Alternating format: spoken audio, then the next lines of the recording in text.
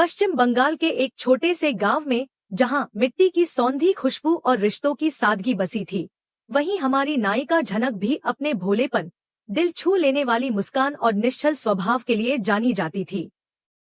उसे शहर की जटिलताओं, तेज रफ्तार जिंदगी और नकली दिखावे का कोई अनुभव नहीं था।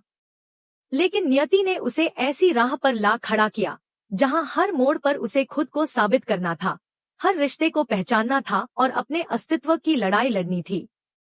यही नियति उसे खींचकर कोलकाता के एक भव्य हवेली, बॉस हाउस, तक ले आती है। यही उसकी असली परीक्षा शुरू होती है, जहां उसके अतीत की छाया, वर्तमान की जटिलताएं और भविष्य की अनिश्चितता सब एक साथ उसका इंतजार कर रहे थे। बॉस हाउस में उसका पहला टकराव मून नाम की एक चुलबुली और भावुक लड़की से होता है। मून को यह अंदाजा तक नहीं होता कि जिसे वह अपनी सबसे अच्छी दोस्त बनाने जा रही है, वही लड़की दरअसल उसके मंगेतर ऋषि की पत्नी है। झनक, जिसने हालात से हार मानकर अपनी असली पहचान छुपाई थी, खुद को फूलन देवी नाम से परिचित करवाती है। यह नाम उसके बचपन के उन ख्वाबों की याद दिलाता है, जब वह एक फिल्म देखकर खुद को बहादुर, आत्मनिर्भर और सशक्त बनाना चाहती थी। मून को झनक की ये बात बहुत भाती है। वह उसकी खिलखिलाती हंसी और मासूम जवाबों पर फिदा हो जाती है। वह उसकी तारीफ करती है, तुम बहुत सुंदर हो और बहुत हंसमुख भी। झनक भी पूरी सादगी से बताती है कि फूलन देवी बनना उसका सपना था, क्योंकि उसे लगता था कि फूलन जैसी महिलाएं कभी हार नहीं मानती। मून को झनक का यह अंदाज भा जाता है और दोनों के बीच एक गहरी मगर अधूरी दोस्ती की शुरुआत होती है। एक ऐसी दोस्ती जिसमें सच्चाई की जगह झूठी पहचान है, लेकिन अपनापन सच्चा है। मून झनक को अपने साथ रखने का फैसला करती है, क्योंकि उसे लगता है कि इस लड़की की मासूमियत उसे सुकून देती है। पर झनक के दिल में एक टीस उठती है, यह वही लड़की है जो उसकी सौतन बनने जा रही है। उसकी आंखों में आंसू आ जाते हैं, लेकिन वह उन्हें किसी तरह छुपा लेती है। वह जानती है कि ऋषि, जिसे हालात ने उसका पति बना दिया था, आज भी उसे पत्नी के रूप में नहीं मानता, और यह सच्चाई हर पल उसके सीने को छलनी करती है। बॉस हाउस में झनक को घर की सफाई का काम सौंपा जाता है। वह अपनी गांव की समझ और परंपरा के अनुसार फर्श को कीटाणु मुक्त बनाने के लिए गोबर लाती है और पूरे किचन को लीप देती है। उसकी नीयत साफ होती है। उसे लगता है कि जैसे उसके गांव में गोबर से घर ठंडे और स्वच्छ रहते हैं, वैसे ही यहाँ भी होगा। लेकिन पायल, इंदुमती और तनुश्री यह देखकर दंग रह जाती हैं। उनके चेहरे पर गुस्सा, हैरानी और हंसी का अजीब मिश्रण होता है। गोबर की गंध पूरे घर में फैल जाती है। छोटू उसे हंसते हुए ताना मारता है, लगता है तुम्हारे अंदर कोई खास कला है बेटा। लेकिन जब ऋषि वहां आता है, तो उसका गुस्सा 7वें आसमान पर पहुंच जाता है। वह चिल्लाता है, स्टॉप इट, तुम्हारी यह एक्टिंग बंद करो।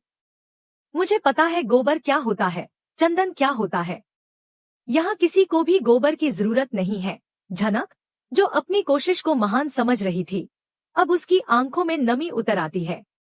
वह मन ही मन ऋषि को बब्बर बाग कहकर चिढ़ाती है, लेकिन अपनी आंखों की नमी छुपा नहीं पाती। तनुश्री झनक को समझाती है कि शहर में गोबर से नहीं, साबुन और डिटर्जेंट से सफाई होती है। लेकिन झनक के लिए यह सब नया है। वह अब भी नहीं समझ पाती कि उसके संस्कारों की जगह इस आधुनिक दुनिया में मजाक बन गई है। उधर झनक का पिता परासर, जो वर्षों से उससे नहीं मिला था, कोलकाता आ पहुंचता है। वह बॉस हाउस के बाहर खड़ा होता है और खिड़की से झांकता है। वह देखता है कि उसकी बेटी झनक जमीन पर झुकी हुई झाड़ू लगा रही है और बर्तनों के ढेर में उलझी हुई है। उसकी आंखें खून से लाल हो जाती हैं। मून की तीखी आवाज उसके कानों में गूंजती है, यह काम अच्छे से कर, वरना सबके सामने तुझे बेइज्जत कर दूंगी। फिर अर्शी की भी कड़कती आवाज आती है, इस नौकरानी को किसने बोला लंच टेबल पर बैठने को। परासर का खून खौल उठता है। उसकी बेटी, जिसे उसने फूलों पर रखा, आज किसी की नौकरानी बन चुकी है। उसका दर्द और क्रोध उसके भीतर ज्वालामुखी की तरह फूट पड़ता है। वह दबे पांव हवेली में घुसता है और कमरे की ओर बढ़ता है, जहां से हंसी की आवाजें आ रही होती हैं। वहां वह देखता है कि ऋषि और मून पास बैठे हैं और मून बड़े लाड से ऋषि की शर्ट के बटन लगा रही है। यह दृश्य पराशर के लिए किसी सदमे से कम नहीं होता। उसने जिस पर भरोसा किया वह तो उसकी बेटी को भूलकर किसी और के साथ रंगे हाथों पकड़ा गया। तभी उसकी नजर ड्राइंग रूम में लगी तस्वीरों पर जाती है जहां वह अनिरुद्ध और अर्शी को एक साथ देखता है। वह पहचान जाता है यह वही अनिरुद्ध है जो नूतन से प्यार करता था। उसी समय अनिरुद्ध सामने आता है। पराशर उसकी आंखों में आंखें डालकर कहता है, तुझसे मिलने का वक्त आ गया था शहरी बाबू। मेरी बेटी को नौकरानी बना दिया है तुमने। तभी ऋषि वहां आता है और पराशर उसकी कॉलर पकड़ लेता है। गुस्से में भरा पराशर गरजता है, तू मेरी बेटी का पति है और मून के साथ रंगलियां मना रहा है। ऋषि झटका देता है लेकिन तब तक पराशर उसे 2 थप्पड़ जड़ चुका होता है। ऋषि भड़क जाता है, आपको हक नहीं है मुझसे बात करने का भी। तभी अर्शी बीच में आती है और कहती है, तुम्हारी हिम्मत कैसे हुई मेरे दामाद को हाथ लगाने की। पराशर चौंक जाता है, दामाद? यह तो मेरी बेटी का पति है। तभी मून अंदर आती है और कहती है, नहीं मिस्टर पराशर जी, मेरी माँ बिल्कुल सही कहती है। झनक की पहचान पर सवाल उठाने वाली मून की आवाज में जब उसने कहा कि ऋषि तो शादी के बाद उससे अलग हो जाएगा, यह शादी एक मजबूरी थी, जबरदस्ती कराई गई थी, तब उसके हर शब्द में सिर्फ अधिकार नहीं बल्कि झनक को नीचा दिखाने की गंध भी थी। वह जैसे हर किसी के सामने यह जताना चाहती थी कि झनक की जगह बस एक जबरदस्ती की दास्तान है और उसकी कोई अहमियत नहीं। पराशर अब तक ऋषि की कॉलर पकड़े उसे झकझोर रहा था। उसकी आंखों में आग थी और मून और अर्शी चिल्ला चिल्लाकर सब कुछ अपने नियंत्रण में रखने की कोशिश कर रही थी। तभी अनिरुद्ध की गूंजती हुई आवाज आई, बस। बॉस हाउस में किसी को हाथ लगाने की इजाजत नहीं है। पराशर उसकी तरफ पलटा और एक तीखी नजर डालकर बोला, तो तू ही बता अनिरुद्ध, नौकरानी जैसा व्यवहार करके अपनी ही बेटी पे क्या एहसान कर रहा है? तू उसे पहचान नहीं पाया? अनिरुद्ध कुछ पल के लिए स्तब्ध खड़ा रहा। उसकी आंखों में हैरानी थी। वह बस बुदबुदाया, बेटी। यह शब्द सुनकर ऋषि, मोन, अर्शी सभी के चेहरे पर सन्नाटा छा गया। अनिरुद्ध के जहन में पुरानी यादें उमड़ पड़ी। वह डीएनए रिपोर्ट जो उसने सालों पहले जानबूझकर फाड़ दी थी, उसे याद आई। वह रिपोर्ट जो बताती थी कि नूतन की बेटी उसकी ही खून की विरासत है। अनिरुद्ध की आंखों में अब पछतावे की नमी थी। उसके हाथ कांपने लगे थे। वह कांपती आवाज में पराशर से बोला, मुझे कभी नूतन ने नहीं बताया, वो चली गई थी मुझे छोड़कर। पराशर की आवाज गूंजती है, तो तुझसे क्या कहती? जिस इंसान ने उसे प्यार का वादा किया था वही उसे उस वक्त छोड़ गया जब वह मां बनने जा रही थी। उसकी बातों में नूतन की पीड़ा साफ झलक रही थी जो अनिरुद्ध के भीतर तक उतर गई। और तब आई वह घड़ी जब झनक आगे बढ़ी। उसकी आंखें डबडबाई हुई थी पर उसकी चाल में दृढ़ता थी। वह बोली, मैं हूं नूतन की बेटी और आपकी खून हूं, मिस्टर अनिरुद्ध बॉस। पूरे बॉस हाउस में एक गहरा सन्नाटा पसर गया, जैसे समय थम गया हो। अनिरुद्ध की आंखों से आंसू बहने लगे। उसके घुटनों में ताकत नहीं रही। वह बस उसे देखता रह गया, उस बेटी को जिसे उसने अनजाने में नौकरानी बनाकर रखा। झनक की आवाज अब कड़वाहट से भरी थी। जब तक सच नहीं पता था तब तक नौकरानी बनाकर रखा, अब जब खून निकला तो बाप बनने आए हैं।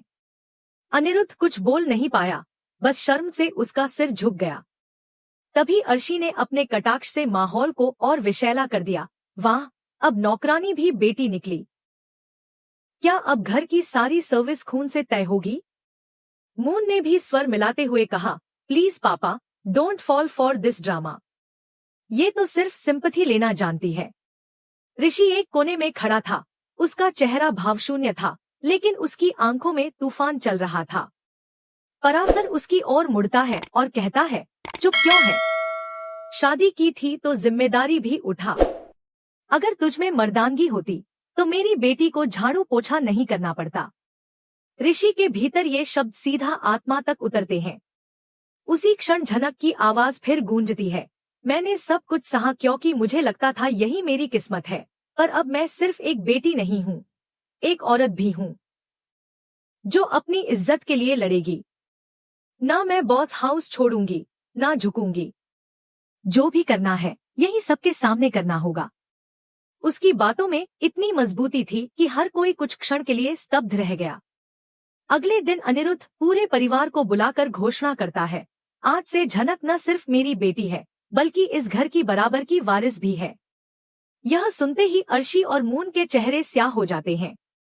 इंदुमती और तनुश्री भी हक्के बक्के रह जाती हैं। पर अब झनक को देखकर उनके दिल में एक नया सम्मान जागने लगता है। अनिरुद्ध उसे हर वो खुशी देना चाहता है जो सालों से उससे छीन ली गई थी।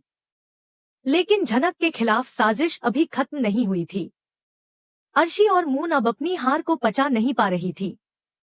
वे एक फर्जी एमएमएस प्लान बनाती है। मून, जो पहले थोड़ा झिझकती है, अब ईर्ष्या के चलते अर्शी के साथ मिल जाती है। वे ऋषि के दोस्त के फोन से एक पुराना वीडियो निकालती हैं, जिसमें झनक और ऋषि कुछ नाजुक पल में नजर आते हैं।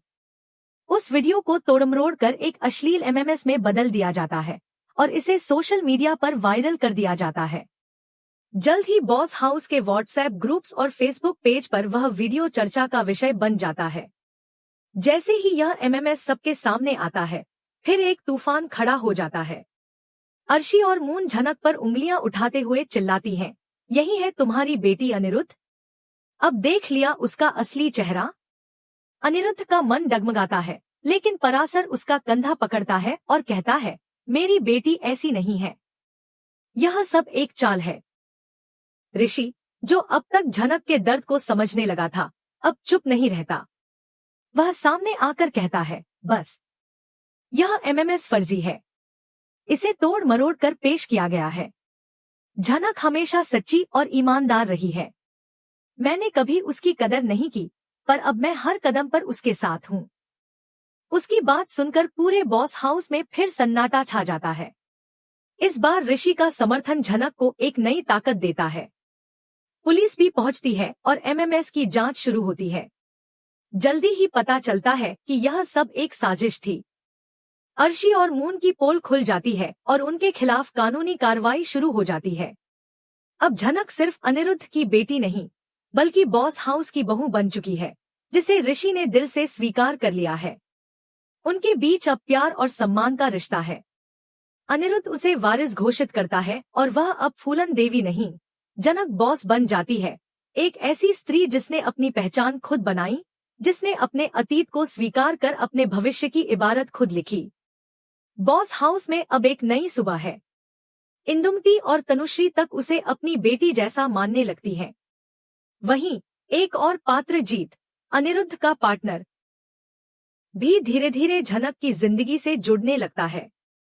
वह पीहू और उसकी मां की मदद करते हुए खुद भी उस अधूरे रिश्ते को सहारा देना चाहता है जो कभी उसकी किस्मत में नहीं रहा। शायद जीत ही आगे चलकर झनक के संघर्षों में उसका बड़ा सहयोगी बने। झनक की कहानी अब सिर्फ एक लड़की की नहीं, बल्कि उस आत्मबल की है जो हर दर्द से ऊपर उठकर इज्जत की लड़ाई लड़ता है। उसका नाम अब बॉस हाउस में सिर्फ इज्जत से नहीं, बल्कि अधिकार से लिया जाने लगा है।